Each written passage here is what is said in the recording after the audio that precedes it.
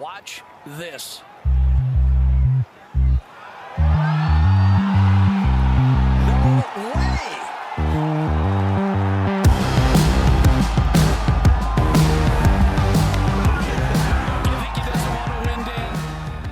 Hello and welcome back to the Cookie Jar Golf Podcast. I am Tom Mills and today I've got the whole crew. I'm joined by Sam Williams. Hello. Cal Wing. Hello. And Bruce Fitzpatrick. Good day. As always, you can get us on all social media channels, and in a little nod to our friend Rick, smash that like button and subscribe. I can't keep that in, can I? Yeah, we could really do with some Russian bots following the YouTube account and getting us up to that near 1 mil mark. But it's good. It's good publicity, though, isn't it? Great. I mean, if you wanted to get yourselves on BBC News, that's what we would do. I'll make you a cake when you get to 100 YouTube followers, Tom. How's that? We've got a lot to look at this week. We might as well start with the obvious. Bryson throwing his toys out the pram. Let's talk about his victory first. Let's keep it brief because it was almost a It's bore well fest. covered, isn't it? It's very well covered. I didn't think the tournament was particularly exciting at all, other than the fact that it looked like Bruce's favourite, Matthew Wolff, the most interesting swinging golf and the most overhyped golfer of all time. I'd possibly agree, but looked like winning and then seemed to hit the panic button a little. But Bryson is clearly, when you look at very credible numbers experts and stat analysis in the game, and you can see the way the pros are kind of commentating on the whole subject, it's clear that the work he's done has given him an enormous advantage on any other player out on the course.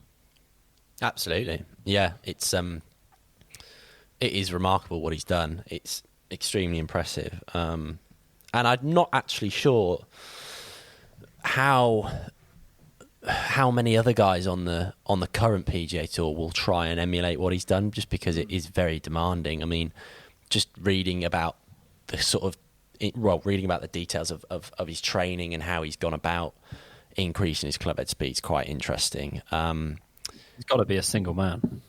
Well, yeah, I think Kevin Kisner made a joke about that. Kevin Kisner was asked, like, what do you reckon to Bryson, all the work he's done? He's like, well, if you had a wife and kids, I think you'd have a bit more sympathy for us, which is probably a fair point. But I think without wanting to get too far ahead of ourselves, it begs the question, the pros of the future are all going to be looking like, Bryson and smashing the ball 350 through the air.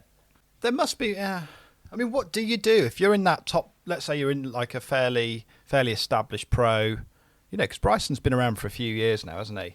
Do you start to hit a button that says, right, well, I'm just going to invest all efforts into doing this, or do you stick with the game plan of, improving the game in the way that you're already working on? It's a really difficult one, but when you've seen that someone can do it in quite a short space of time, do you look to achieve that? I mean, what would happen if a Rory wanted to go even further out on generating more club head speed and wanted to see if it could find an extra 20 or 30 yards?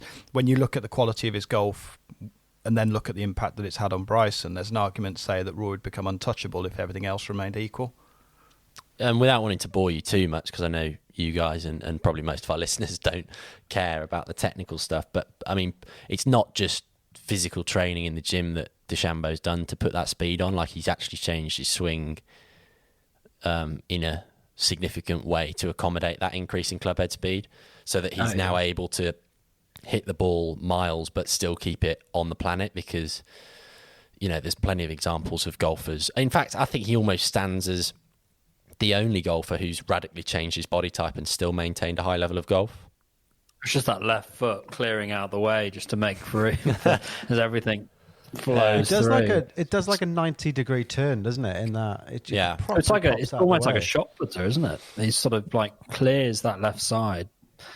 So well, I mean, I've got pretty basic knowledge of the swing, but I can see that, and that's I can see what he's trying to do there. Well, reading about it in a little bit of detail, apparently what he's done is he started training more in like the end ranges of motion. So if you think about like sprinters who do squats, like if you're doing a squat, you're quite strong in the middle of the movement, but then at the bottom of the movement, and I think somewhat at the top of the movement, you're fairly weak. So there's not that consistent a power output. You've just got this middle section of the movement where you're really, really strong. And apparently DeChambeau's basically applied that principle to his golf swing where, you know, end ranges of movement with his shoulder and his hip, like he's basically like racked up a load of weight and strength in those areas, which means he now has like just a ridiculous amount of consistent power output throughout the whole range of his swing. And yeah, I mean, like the guy is hitting the ball sort of, well, the ball speed's like 25 miles an hour above tour average, which is just ridiculous. So I've flicked on the TV at 10:30, whatever it is, Sunday night, and just saw the final holes. And I think DeChambeau's pretty much on the 18th at this time, and he's just thrashed it like 365 yards down the middle, wedge in 5 feet. Like he hasn't even got a good wedge game to stand to sort of. Yeah. You know, they even say his wedge game is just so far off the mark, and yet he's walked it. But really. I think what is really impressive about this whole thing, and you know, we always hark back to Justin Ray's stuff, that his strokes gained putting this week, it was better than his strokes gained off the tee. Yeah, I mean, the dude has putted like, and you think like, you know, he's gone away, he's got huge, he's got fast, but then he's got the touch. Not working on he's not working on the small stuff, but he's clearly, you know, still got the game. Yeah, and I mean, the only isolated example of that, perhaps, you know, to the contrary, is that chip out I think he hit on, was it 14 or 15 or one of those holes on the back nine where he chips it out and it went in the water. That's maybe the only example of... But again, it's just, what does that really stand for? It's just one sort of isolated incident where he probably had a hard fairway as well and it's just scooted on. But yeah, if he gets the wedge game dialed in, then you'd think he could be unstoppable. The thing is, he's got this pristine image which he needs to uphold. His brand. And he can't be seen to be damaging the brand. I mean, this was silly, really, wasn't it? I mean, you partly over-reported again, I suspect, like anything else. I know, but you can't be on stage earning millions and millions and millions of dollars and not expect a camera to follow you around everywhere. It's just part and parcel of what you're doing. He's lost the plot, really, isn't he? So what's this you're referring to? His past antics? There was something in the bunker, wasn't there? I don't really follow what happened here. Yeah, I didn't see it, but I heard he had a little altercation with a cameraman. Yeah, he hits a not fantastic shot, and he's upset with himself. You know, it's a hint of the Sergio's, but not fully. And then the cameraman like basically follows him round the green and like gets quite close to him. And Bryson just lost the plot. So Bryson finished the hole, and as they moved on, he starts on the cameraman and says, like, basically, I don't think you can hear what's going on, but he's there for a good few minutes berating the cameraman, essentially saying that I don't know why you're following me. I'm upset. You should be leaving me alone. You're damaging my brand. I think that's the roids talking, isn't it? It's I mean, it's going to I've got to be honest. I don't know if you guys watched his victory speech after. Holy shit, that was like one of the worst speeches I think I've ever heard. Didn't he just reel all his brands off or whatever? Oh, mate, it was nuts. So I think, is it Amanda Balionis? Was it her who was presenting the trophy to him, or just saying like well done and doing the interview as well? And she just asked a fairly like innocuous question, like talk us through the emotions this week, or you know, you've obviously been hitting the ball a prodigious distance since the end of the lockdown. How does it feel to finally win one? And he then just totally pivoted and went off on a tangent about he wants to thank all of his brands, and it was just bizarre, utterly bizarre, like the most contrived victory speech I think I've ever heard. I think the guy's going to single-handedly he's going to force the rules to be changed, certainly on the ball and everything else. I mean, it's just going to be, imagine this every week, just like thrashing it, 380 yards, whatever. But he'll still be hitting it further. He'll still be hitting it further than everyone with old equipment, wouldn't he? So it's just. I mean, would he keep it on the planet? Just pin it back a bit, just sort of. They've got to protect the courses. I mean, it's just another conversation. Your boy Kisner's hitting it 220 off the tee. Then they'll reel it back so Chambo's hitting it 300. Kisner's trying to carry a bunker. Well, what is there at 100 yards? Seriously, take that as, I mean, because that was the interesting part. I thought you looked at Matthew Wolff, who's hitting the ball not too far actually off. He's probably one of the biggest hitters on tour, with the Oh, he's exception long, of yeah. Bryson. You've got those two at 1 and 2, and then in spot 3 you've got Kisner. Now, if you say Kisner's best drive, and I know that doesn't come into play on every single hole because they're position play as well, but there's nearly 100 yards. Well, there's certainly 60 to 70 yards between the two. If I think about the clubs I'm hitting in, 60, 70 yards, you're talking possibly about the difference between a wedge and a 5-iron. Oh, yeah. So, Kisner is trying to compete by hitting a 5-iron in from where Bryson or Wolf's hitting wedge as a fairly. I think that's a pretty crude rule of thumb, but probably applies. Yeah. That is staggering. Absolutely. I think staggering. the PGA Tour really normalizes these numbers, like 300 yards. Like, people drive 300 yards. You go to a normal golf club in a normal place around the world, and if you saw a 300-yard drive, you'd be like, fuck, that is huge. Because most people are hitting their drives, realistically. Most amateur club golfers hitting their drives like 250. They may think they hit 300-yard drives, but they don't. They hit about 250. And Bryson is now hitting it probably 130, 140 yards further than the average club golfer. It's just insane. Absolutely insane. I know. Something will have to be done at some point. But it'd be interesting to see how the rest of the year goes and how that holds up in There's one thing for majors sure, we have left. And yeah, I mean, at club head speed near the WGCs. 130s, there's not enormous scope for something to go wrong in that swing before you've got some fairly diabolical consequences either. So I'd be... but they're sort I'd of be watching with freewheeling at interest. Yeah, exactly. Let's not get carried away with ourselves. It's the Rocket Mortgage Classic, whatever it was. There'll be an element of freewheeling that. But Did anyone else have Fede Legrand's "Put Your Hands Up for Detroit" going through their head on the back nine when you're watching it? Good song. I haven't heard that in a Oh, while. I think it's absolutely dreadful. I listened to it again. I was like, I can't believe we used to think this was a good song. Were you even alive when that came out? I'm not sure, but I've heard it. It was just going through my head as like Bryson's sort of doing his neurological ramp up before blasting a drive 360 down the 18th. He's going like. I'm just thinking, has he got Fede Legrand in his head or something? I love this city. Bosh. Yeah. But we've had, just before we move on, because this is plenty of airtime we're giving the Rocket Mortgage Classic, some good representation from the Brits. Matt Wallace, Tom Lewis, T12, Tyrrell Hatton, Danny Willett, T4. I must admit, I missed... I saw Willett, Wallace, Hatton, all of that. Actually, until this morning, just flicking through some stuff, I didn't actually appreciate that Tom Lewis finished tied 12th, which was very good. Hell of a performance. Excellent. Yeah. It's good to see some representation up there, isn't it? Yeah. Agreed. So we've now got 2 weeks on the spin, have we, at Muirfield Village? Is that right? Jack's place. Believe so, yeah.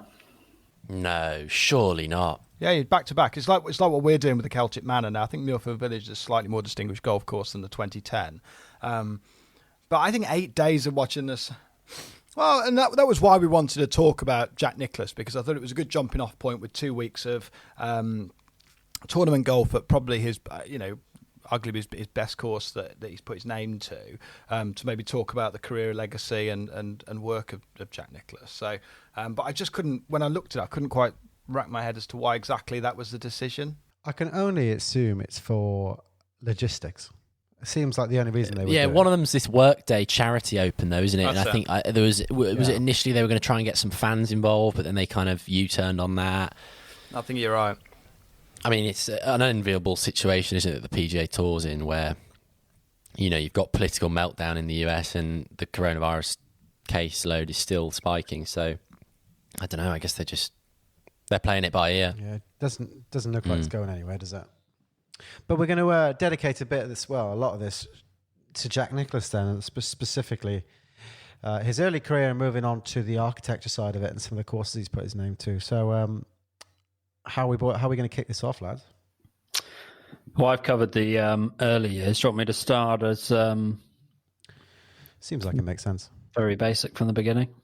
Yeah, I think it'd be. I mean, because there's so many facets to his life, aren't there? And I suppose the ultimate question is he the greatest of all time? And I think that would be, in my head, the biggest question to be answered, because there's so much talk about the GOAT, quote unquote. And he's got a huge body of work, and it's not just great professional career, but kind of wanting to understand the rich tapestry of Jack's life beyond 18 major championships. Born in Columbus, Ohio. He seems as a kid, from what I've read, he seems pretty good at most sports. Very good at basketball, funny enough. That was almost sort of taking over his favourite sport other than golf. Is he a big lad? I think you'd say stocky. Yeah. So he was quite. You look back at early pictures, and I'd probably say I don't think he's quite 6 foot. I've got a feeling he'd probably be like 5'9", 5'10". But you look at the early years, and not quite DeChambeau sort of bulking, but stocky. He looked strong, I think you'd say. Legs like tree trunks. Yeah, strong for that era. Exactly, as much as whatever working out they did then. But yeah, naturally looking pretty fit.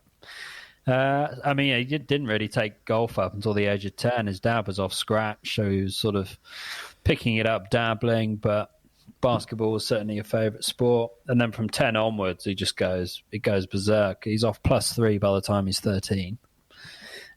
He goes on to win 5 straight Ohio State junior titles.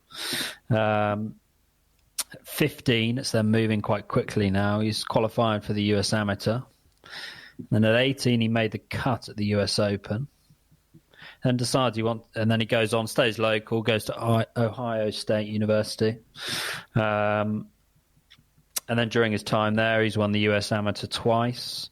He's won the NCAA, which is sort of like US college sort of. It's a big tournament at college golf. From my limited knowledge of an NCAA, it's sort of like the top accolade, isn't it? College, really, for golfing. So an All-American, whatever you want to call it. And that he's pretty much cleared up around the country on sort of most other top regional events. Some of those numbers you've just skipped over, Cal, are simply unbelievable. The concept that you could take a 10-year-old child and get them to +3 in the space of 3 years is just staggering. He was like, but you read about it, and it's the equivalent of Tiger. I mean, it's literally just he's picked up a club from day one, and it's like he's been playing non-stop for a year. It's just that gifted. It's God-given talent, isn't it? And there's a lot of talk about 10,000 hours, you can master anything. But, there you've got to beg the question. There's just a God-given talent, just kind of a God-given talent with, certainly there'll be with a huge element of dedication, I'm sure. And also just his environment as well. I mean, do you know when he started working with Jack Grout, Cal? I think that was certainly... I touched on that briefly. From what I gathered, he was sort of... he was involved with Ben Hogan as well, wasn't he? Is that right? Yeah, so Jack Grout, I mean, he was a decent professional in his own right, and I think he played a fair bit of golf with Byron Nelson and Ben Hogan, who were the two titans of the professional game at that point in time. And I'm pretty sure Jack Grout was the first sort of coach that Nicklaus saw, and basically worked with Nicklaus as soon as he took up the game, which I guess if you've got a teacher who is prolific and dedicated as Jack Grout was. I mean, I think Nicklaus always said, like, at the end of each season, he'd go back to Jack Grout and say, right, like, teach me my swing, I need to learn my fundamentals again, which probably goes a long way in explaining why he had such a brilliant record and was so consistent. It was because, he wasn't someone who tried to reinvent the wheel or change his swing too much. He just had absolute faith in Jack Grout, and as a result, of consistent application and trust, he ended up becoming, the legend of the game that we all know today. And then, so he's obviously gone on to college, doing his thing whilst he's college. Yeah, he's clearing up around the country in most things he's playing in. He's then finished second behind Arnold Palmer in the US Open as a 21-year-old. Naturally, this has all gone on to sort of representing America in the Walker Cup. He only had one attempt at the British Amateur at the time, which was at Royal St George's. He got to the quarterfinals. That's the best he offered there, but he was trying to travel a little bit. But I found quite interesting, he actually had no intention to turn pro this time. He'd flicked around a couple of different courses at Ohio State, and he sort of decided on a degree on insurance. Not quite sure how that works, but he was planning to to travel whilst playing amateur golf, but he was very much focused on selling insurance for a living. Do you think he's glad he went down the golfing path? Exactly. He married quite early, had kids quite early on. I think he's at least 4 or 5. And then at that stage, I think when the pro game, and certainly what Arnold Palmer had done for the pro game at that time, these guys are actually earning a pretty decent living. And so last minute he thought, actually, for the sake of my family and giving them a bit of security, went and turned pro, and the rest is history. Bobby Jones was his hero, I think, in his early days, which perhaps also explains the that hesitant sort of, or the reluctance to turn pro, I guess, straight away. Yeah, very much so. Very much a family man, like Bobby was. And interesting point about the Walker Cup you raised there, Cal, is that I'm pretty sure he played Michael Benalek in his singles match during the Walker Cup, and it was Benalek. I think Benalek beat Jack Nicklaus 1-up. But he said, like, having seen that American like hit the ball as well as he did and as long as he did, that I think caused Michael Benalek to decide against turning pro. I don't know whether that's an apocryphal story, but it's certainly an interesting one if it is true. Does anyone know when he came on the scene, certainly when he turned pro and when he came second in the US Open, there was this sort of public, I don't want to say disdain, because I don't think that's unfair, but there was certainly a public disliking of Jack from Arnie's army. What was it that people seemed to see in Arnie that they didn't really like in Jack? Arnie was a man of the people, wasn't he? I think is really the if you read about it and look at it, the whole Arnie's army thing is he appealed to he was a people's champion. Man. Yeah, he was a people's champion, wasn't he? And notwithstanding, Arnie was dominating the game in a period just before when Jack came along and was absolutely prolific. So you can imagine that it was almost like as a passing of the baton, that it was, there's always a bit of reluctance, isn't there? Like if you're used to, let's take, I don't know, maybe now, for example, and let's just, wind it on 6 months, and we've just talked about Bryson.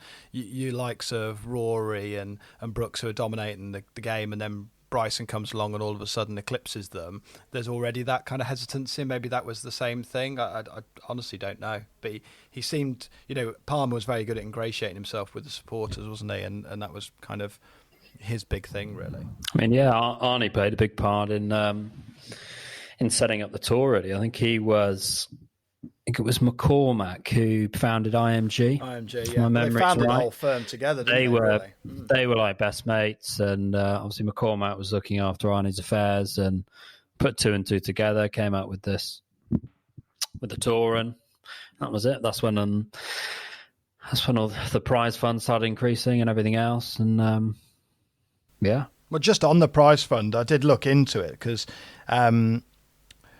his first Masters win, obviously not his first ever major win, but 1963 won the first Masters.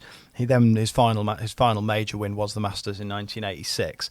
The difference in prize money he picked up there was 7 times what he picked up in his first Masters win, which I think probably gives you a sense of the growth of the game that, no doubt he drove and pushed and stuff, but it was certainly climbing at that point. Yeah, so you can see, looking back with the benefit of 23 years hindsight, that there's a lot more money in the game than maybe he had envisioned when he initially turned pro, perhaps. What were those winners' checks, if you don't mind me asking, Sam? Do you want them itemised? Because I do not have those, Bruce. Oh no, I just wondered roughly what it is, because obviously it's like 1.2 million, I guess, now, isn't it? Yeah, so I think in '86 he won $144,000. And that would have been many multiples of the first one he picked up as well. 86 was his last, wasn't it? So you're in the 20,000 odd for first place in '63, aren't you? Something around that mark, early 20s. Wow. So I mean, that's a quantum leap. Now I don't know what the spread was like. I haven't got details on the purses. That was still a lot of money back then. So. Yeah. You obviously got budget and inflation and all that sort of stuff. But it's clear that there was a massive leap. And I don't know if there's when the last amateur golfer to win the US Open would have been, but I'm guessing that run for second when he was an amateur just before turning pro. It's a speculative guess, but is that the closest anyone's come post? Well, in that era? When he finished second, he held up until last year, or it would have been 2019 or 2018. That he held the lowest scoring record at a US Open by an amateur for that long, and it was actually Victor Hovland who broke that record. It was either 2019 or 2018. Wow. I mean, it's some amateur career, isn't it? And Pebble Beach. I don't know, maybe we're drifting a little, maybe I'm jumping the gun talking about his professional stuff, but when I looked into his professional career, I suppose a couple of things stood off. He played a relatively select schedule. I wouldn't say he was a complete sort of, he wasn't the Sanjay Im of his times, kind of going from Holiday Inn to Travel Lodge week in, week out and playing every event.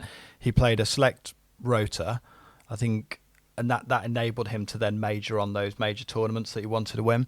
And a lot of stuff's talked about with 18 wins, and I think we'll probably have the discussion of whether that will ever be beaten, and I've got my own views on that. But the also staggering statistic is, like when you get in a clubhouse and you have a good round and you think, well, actually it could have been a lot lower. He had 19 runner-ups in majors, which is just frightening. And when I look at it and go, I think so he had 19 runner-up finishes. 5 of those came in a playoff. Yeah, all were by one stroke. Wow. Well, of course, there's the famous duel in the sun against Tom Watson. 77 at Turnberry. So that's I would, of major performances that don't go on to win, that's arguably probably one of the greatest. I think that kind of joust at Troon with Mickelson and Stenson was probably a close run affair as well. But do you have the stat on how many victories he had in a playoff? No, I don't. I don't have it to hand. There were quite a few though. So there's famous playoff holes. I mean, there's a fantastic one where you look at, I think it's St Andrews. I think it's 1970, where he's obviously got Doug Sanders. So Doug's got that kind of famous, sort of 2-foot putt that slides, low and right. It's just a poor stroke, and he's dressed in that trousers though. Sweet purple. Was it 2 or was it 1.5? Don't know. I don't know, about maybe 1.5 foot. Let's not let the truth get in the way of a good story. But he then kind of puts his arm around him and plays an 18-hole playoff and wins there. I wouldn't say he's a gasser if that's the leading question, Tom. No, I just it's interesting to think of you guys, because I don't know the answer, and I wonder whether he's got 18 majors and say 8 of them were in playoffs. You might think if he got the wrong sort of side of it, he could have turned out having 10 majors and 24, 25 runners up. You know what I mean? He won. Similarly, if he got the right side of it, then it could have been 23 majors, couldn't it? He won 3 through playoffs. But without wanting to sound too controversial, like from my limited knowledge on the matter, or from what I've heard other people say, is that the greatest strength of Nicklaus was his mind, and how he basically didn't fall away really in any majors. If anything, he would kind of charge through the field. And I think there's a quote that's attributed to him, which is, he basically would find it easier to win, his equivalent of the Waste Management Phoenix Open or the Rocket Mortgage Classic. He would find that harder to win, because a lot of his peers were kind of freewheeling it and playing, a very high standard of golf. Whereas when it came to majors, they'd sort of tense up and fall away. Whereas he didn't do that. Yeah, so we've touched on that before, haven't we? It's like, what do you do under pressure, and it brings out the best in Jack. It allowed others to kind of become more hesitant. That's what he said, didn't he? He said that the majors, I think the direct quote was, I found that majors easier to win because half the guys didn't think they could win it. Yeah, so it's followed. Koepka obviously follows that rule as well. Yeah, so I without wanting to disparage his record at all, because obviously it's an absolutely incredible achievement. I think the fact he won so many, people like Doug Sanders, people like Seve in '86. In a way, there are comparisons, I think, with Faldo, or comparisons with any great champion, I guess, who's won majors consistently. Is that they've won a few outright for sure, but they've also just been there to let the trophy kind of drop in their arms when someone else has kind of spilt it. And obviously, like Faldo did that with Scott Hoke and Greg Norman a couple of times, and I think Jack Nicklaus would have done that with a few players as well, which is, not to take away from what he's done, because obviously you have to have the mental fortitude to be there and not fade away. But it's impressive whichever way you look at it. Yeah, I think he had a great. I mean, if you look at his numbers, he had 6 Masters wins, 5 US PGAs, 4 US Opens, and 3 British Opens, or the Opens, and there's a nice sort of flow to those numbers. You look at it and think, well, in Masters he was absolutely prolific, and you could argue then, did he struggle a little bit more on links? And when I, kind of dug into it in a little bit more detail, I don't actually feel like that was really the case. He had that spell from 1970 with a playoff win over Doug Sanders, and then essentially was there or thereabouts on every single Open, whether it was, Carnoustie or Lytham or wherever. He was right up there every single year. He just didn't quite get the win until... for a little while on those, but it's just. I love how he's got 73 PGA Tour wins, 9 European Tour wins, 3 PGA Tour of Australasia wins, 4 other Australasian wins, 19 other random wins, 10 senior PGA Tour wins, and 8 other senior wins, plus all the 18 majors. Yeah. So I'll give you a few others. Everything else, President's Cup. And just a couple other ones here that I pulled out when I did a bit of sort of like looking for kind of headline stats. In 44 majors from 1970 to 1980, Nicklaus missed 1 cut. In that span, out of 44 majors, he finished inside the top 10 38 times. 30 of those were in the top 5, and he won 10 of them. It's not bad, is it? Sounds like Poulter's career. And you just wonder whether, the reason he... you wonder whether the reason he doesn't get the recognition that he perhaps deserves is partly because, obviously we're still seeing Tiger's career play out, and I guess there's a inevitable bias amongst people who are watching golf. They want to believe they're witnessing the greatest era, but also just the fact that there probably wasn't, well, there definitely wasn't the level of sort of global communications and just media coverage of golf back then that you got, in the 1990s when it reached across all sports really, and coincided with Tiger's rise. But, those statistics alone, they certainly are on a par or probably exceed the Tiger Woods cut stats and the major stats that Tiger's had. Well, I think part of the reason, going back to Bruce's thing though, is it's really, really difficult, I think, to compare the two, because obviously Tiger came into an era where he just completely dominated, and the competition was strong, but he completely dominated it. Similar to how Jack dominated the era, but he had Arnie and he had Gary Player.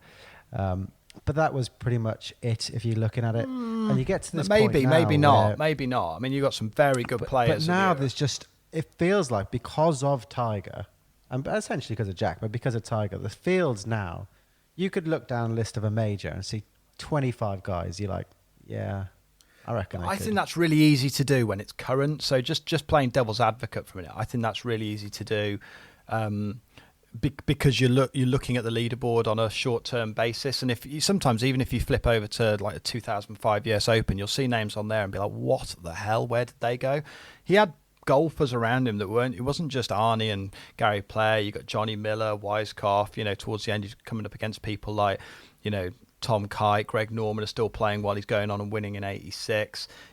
Watson, Billy Casper. These are seriously good golfers, and I think it's very easy to say with the benefit of hindsight, actually his peer group was never strong enough, because people will probably say that about the era we're in right now in 20 years time, when there's a bunch of sort of young kids trying to sort of knock us off top spot at podcasting. They'll be I think it's just very easy to do. Yeah, I agree with you wholeheartedly, Sam. I think there's definitely a tendency for people to say, to look back at things with almost like rose-tinted spectacles and be like, well, yeah, Tiger was able to dominate because, he was the first one to come along and just murder the golf ball 300 through the air, and Jack dominated in his era because there was really weak competition, and actually now you look at the fields and they're just totally loaded. It's like, actually, I don't think that theory really holds water at the moment, probably because golf is such a mental game at its core. And you just, the other thing with that theory is it hasn't really been borne out by the results over the last few years. Like, if you look at who's won majors over the last few years, they've just been household names by and large, haven't they? Really. So, but I would argue, my counterpoint to that would be, you look at it now, and you've got many players with 1 or 2 majors, which is essentially completely in disagreement with what Jack Nicklaus would say about his peers. I don't think you have, though, because Jordan Spieth's won 3, McIlroy's won 4, Koepka's won 4.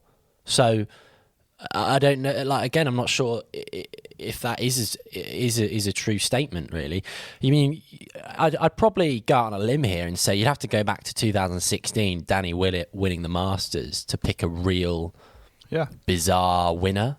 We were in the longest spell in history of someone not. Hang on, got to be careful how I word this. We're in the longest spell in history of, since the World Golf Rankings have been, and granted that's fairly recent, of someone outside the top 50 not having won a major championship.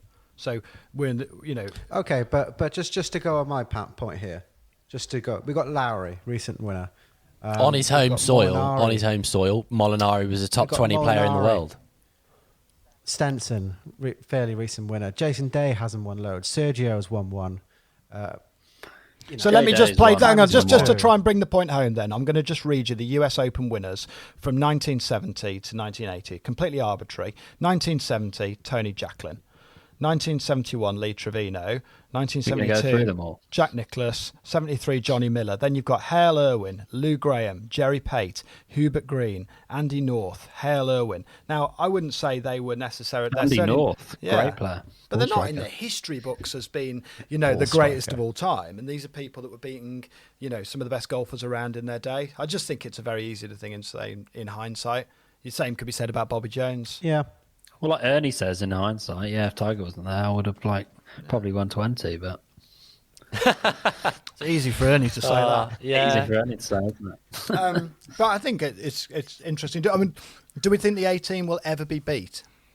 Parking the Tiger thing and whether he will or not. Monty would have won 1 if Tiger wasn't there. If Elk wasn't there as well, if Elk wasn't there to just absolutely go and break a few hearts, I think Monty would have won 1. Yeah. Don't forget our boy Michael Campbell beating the Tiger. Yeah. Rich Beam, mate, your favourite commentator on Beam? Sky Sports beat him. So I love Rich Beam. No, I don't, Sam. I don't think it's doable anymore. You said there, The 18 will stand the test of time. I'd say yes, actually. And even if you discount Tiger, I think you've got to be an absolute moron to rule out something like that happening again, because you just don't know who's going to come along. And Bryson, by the sounds of things, I mean, we discussed him earlier. Yeah, the Messiah has arrived. I'd be a bit disappointed if it was him who went on and won 25 majors, or a long drive person. But I think, that the idea that we've solved golf and we just know how it's going to be, how to play it, I think is a little bit misleading. I think personally, the reason I hold my view is I think people like Jack and people like Tiger have just pulled the game up huge percentage points each time. So every time they arrive, they set this new level that everybody's got to get to. And then Tiger comes along and sets this level that everybody's got to get to. And like Michael Clayton said when we spoke to him, as sure as eggs, they will match the current outstanding person that will be matched by the normal of the next generation. But I feel like we're getting to smaller increments of improvement, which is why I don't think there will be someone that's so standout that can go and smash out 20 majors, because I think that the increments now are just becoming smaller and smaller. It's fair. That's my view. It's a fair point. Yeah, it's a fair point. But it seems hard to believe, but it also seems foolish to rule it out. Would be my best. Yeah, it's ridiculous to rule out, but in my opinion, I don't look at anybody in golf and think, yeah, they've got the potential to do it, and including Tiger. But again, I'm not sure people thought think. that of Tiger and Jack when they were coming along. They would have thought, yeah, this person's really good, but you don't really know until you actually see it unfolding in front of your very eyes, I think. So in recap then, incredibly glittering professional career, superb amateur career. I believe Woods won another US Am. I think he won 3. I might be wrong there. Yeah, he won 3 in a row of both the juniors and the. So maybe and the he's just big one, nicked it on that. Then Jack kind of goes into, course architecture and design. There's other strands to it, but Nicklaus Design is big business. It's Tom, you've done quite a bit of research. I'll pause and hold back my kind of thoughts on that. But take us through your course architecture work with Nicklaus. Well, we as a pod have traditionally slated player architects, often because they've come along and just whacked their name on it, and I've just seen it as an extra revenue stream. And from what I gather, it's kind of how Nicklaus started, really. So Nicklaus first got approached by Pete Dye in the 60s to look at the golf club in Ohio, which is near where he lives, and where he's from, certainly. And by all intents and purposes, Nicklaus didn't really fancy doing it in the beginning. He kind of got dragged along, and Pete Dye was quite firm with it and said, "Come on, I'm not going to let this go. Come and have a look at it." And he's gone and had a look at it, and one of the first things Pete Dye showed him, it's only Pete Dye's 4th course, to be fair, but Pete Dye showed him a par 3. And Nicklaus looked at it and was like, "I think that looks garbage." And Pete Dye was like, "Okay, well, you draw me something. Show me what you think." And it's kind of, he starts trying to draw a hole out for this plot of land that he's got, and he kind of gets the bug. And this was in the 60s, so he's still playing. He's still in his prime, really. And then it was Dye's rendition of a hole at Prestwick, actually. But Jack was like, no, I'm not going to do it. So he kind of had a go at it. He's not going to be taking it full time in the 60s because he was still on his pump. But he created a decent amount of courses in the 70s. He obviously collaborated at Harbour Town, which we talked about the other week, with Pete Dye. Again, another collaboration. But it was the 70s when he started going off on his own. But it's difficult to say that perhaps Jack is an outrageously good course architect, because he is the antithesis of like the Core Crenshaw and the Doak of now, in terms of these boys are looking at pieces of land and saying, I'm only going to work on them if they are, pristine bits of land, and I'm going to work on great golf courses.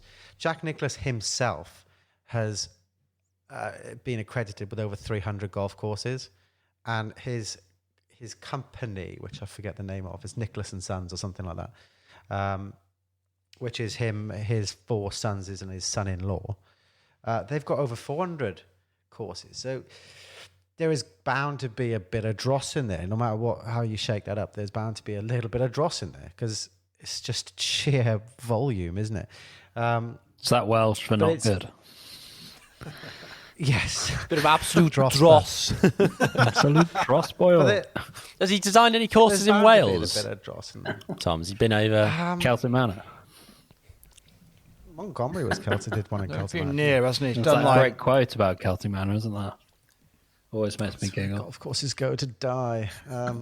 Yeah. But he's an interesting one. Like Harbour Town, we all agree was a fairly good track. We like that. And he had a good say in that. Glen Eagles? He's got some great courses.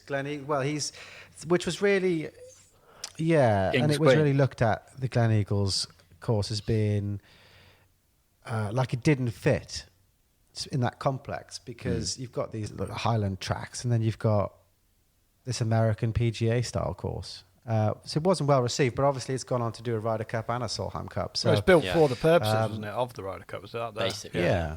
Another fabulous thought process. There's stuff in the UK, isn't there? That's not particularly. I mean, I don't know. St Mellion's probably his greatest in the UK. When you look at things, and that's down in Cornwall, and even that's. I mean, that's I mean, it's barely noteworthy. Muirfield Village, for some reason, stands out on the rankings as being absolutely revered. Now, well, it's because Jack's put his name against it, isn't it? So, oh, yeah, but no, Muirfield Village is. I mean, that's genuinely right up there in terms of Golf 100. It consistently reaches top 100 globally. Really? When you think but then there's over 400. And have you played it? No, there's over 400 courses there that he's put his name to. I mean, I think there's a difference in his firm where he has like the signature design. So like a Jack Nicklaus signature, I think would be very different to just putting his name to a hotel golf course. And some of those he's much more active. Now I've played, Monterey, for example, would be a good holiday golf course to talk about in Portugal for people that go out there and play their golf. That's a signature. Yeah, that's a signature. Yeah, so that's one where he's actively been involved in the design and routing and shaping of the golf course. I had the first hole in one there. Was it? Humble brag. Wow. What, the whole course? Yeah, it had only just Well, your opened. first I was hole in one. I was 12 and I was playing off the ladies' tees, so I'm not sure if it really counts. You had the first hole in one though at Monterey since when it I think opened. so. Yeah. Pretty impressive stat. I wouldn't say That is a stat. I wouldn't Played say in a 9-iron. but it is the antithesis of what we talk Yeah. about on kind of classical golf courses. it's because isn't it's it? on tour and it gets, media presence and all the rest of it. The problem I have, I played Monterey. I played it in the same party that Sam played, I feel like a few years back. And I was reading through Jack's design philosophies, and there's quite an interesting piece on his design philosophies. But what he writes and what he says seems to be the complete opposite of what I remember, which is I found quite difficult. What were they? Whether I just played. Okay, well. First of all, a lot of Nicklaus's course critics would say that he designs a lot of left to right shots because he's a left to right player. Being largely kind of knocked back over time, I think he does a bit of both. But he tries to say that he designs each one individually. But there should be 2 3s and 2 5s every 9. To avoid blind shots, should never have a blind shot, and the hole should always be laid out in front of you. Now, this is the bit that grated me, because I played at Monterey, and I think I probably only saw half the greens. They all seem to be in my memory above the approach, which is part of the reason A lot of them are, yeah. didn't really like it a huge amount, because I felt like I was just guessing what the thing was going to do. It's also really penal So- as a golf course, I think. Horrendously so. It's got that local ruling. If you go out essentially into the scrub, you just The take Muirfield rule. Yeah. You take a drop, don't you? Yeah, Horrifically lots penal. of water, lots of forced carries. I highly recommend going there and playing it off the back tees just to punish yourselves when you're on holiday, because it's just, whenever Just to waste £500. whenever you're feeling too good about life, just go there, peg it off the back tees, and just play such a poor standard of golf that you want to quit the game, and you'll love it. But I tees liked is it. an All interesting jokes. one. I actually think it's a great layout personally, but I get Tees is an interesting point. yeah. Nicholas says that he basically doesn't design guerrilla courses. And What's that? The 100%, well, like Monsters. courses yeah, that you've got to be fucking huge to play, otherwise you can't play them.